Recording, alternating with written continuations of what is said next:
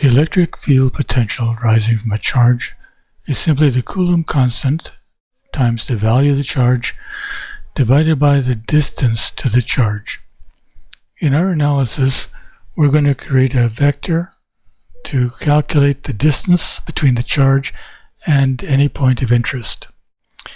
And we're going to arbitrarily set the Coulomb constant to 1 and just simply ignore it.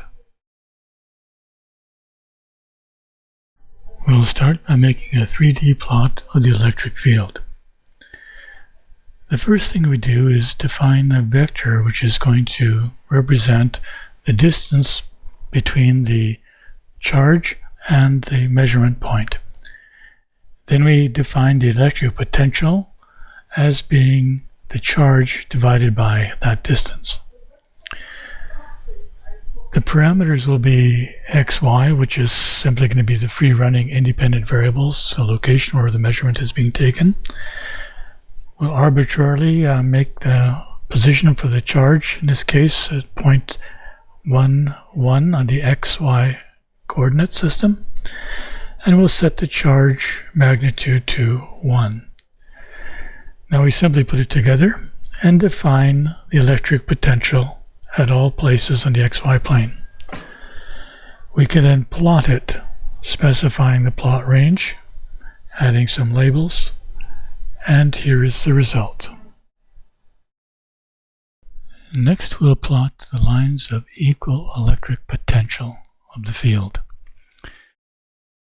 We'll start off with all the work we've done previously to calculate the electric potential over the XY system. All we do then is use the contour plot command, and then we add some commands in order to be able to identify the number of contours, whether you want shading, whether you want labels, and so on. And the result looks like this. To plot the electric field lines, we start by first calculating the electric potential. Then we take the gradient of that potential, and then we use the stream plot function. And the result looks like this.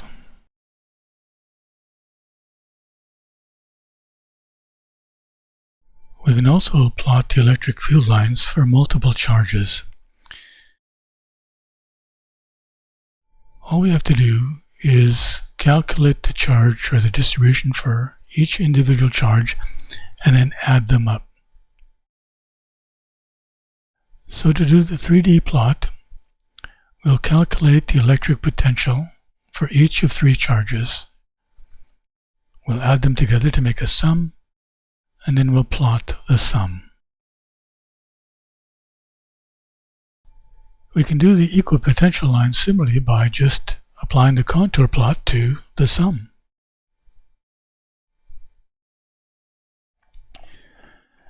The vector field is found by taking the gradient of the sum and then plotting the stream plot.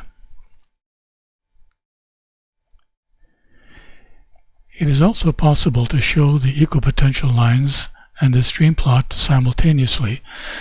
To do this, we create an overlay using the show command.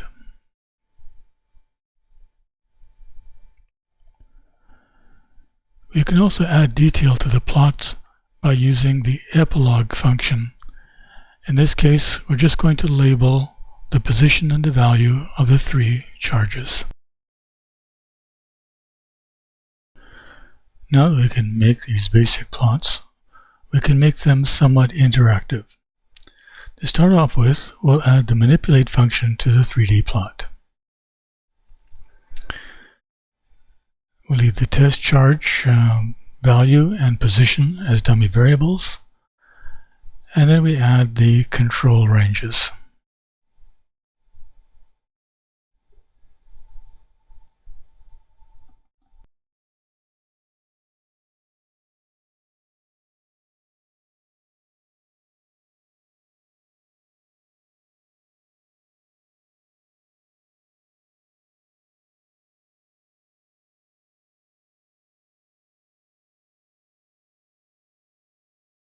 Manipulating two-dimensional plots gives us the additional ability to add labels and text.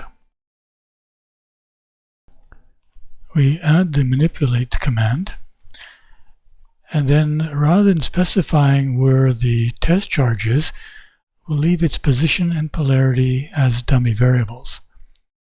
And to add a little bit of interest to it, we'll define the color depending upon the polarity of the charge.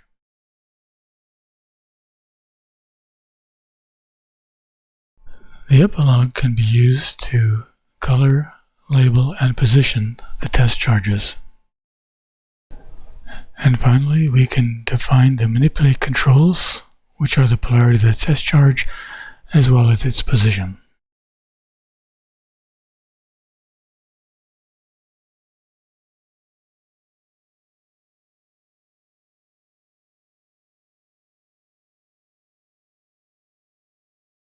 Similarly, we can use the same process to get the vector or stream plot.